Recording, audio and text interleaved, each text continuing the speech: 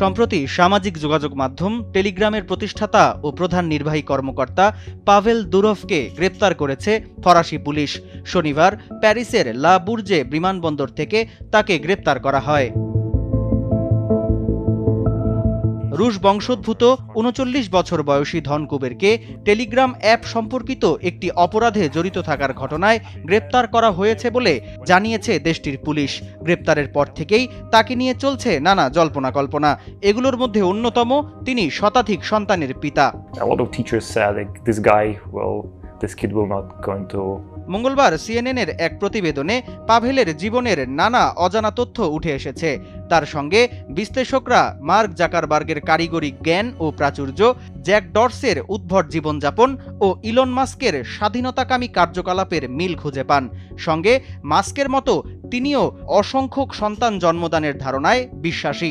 এজন্য তিনি রাশিয়ার ইলন মাস্ক নামেও খ্যাত। এদিকে গেল জুলাইয়ে পাভেল বলেন তিনি ১৫ বছরে স্পার্ম ডোনেট করে শতাধিক সন্তানের পিতা হয়েছেন।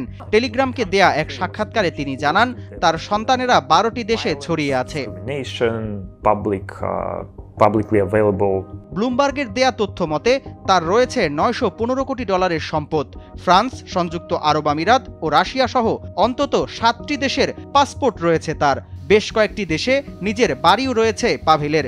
প্রায় এক দশক ধরে নির্দিষ্ট কোনো দেশে বসবাস না করে সরকারি নজরদারি এড়িয়ে ব্যক্তিগত স্বাধীনতা উপভোগ করেছেন তিনি। সামদানি প্রত্যয়, RTV।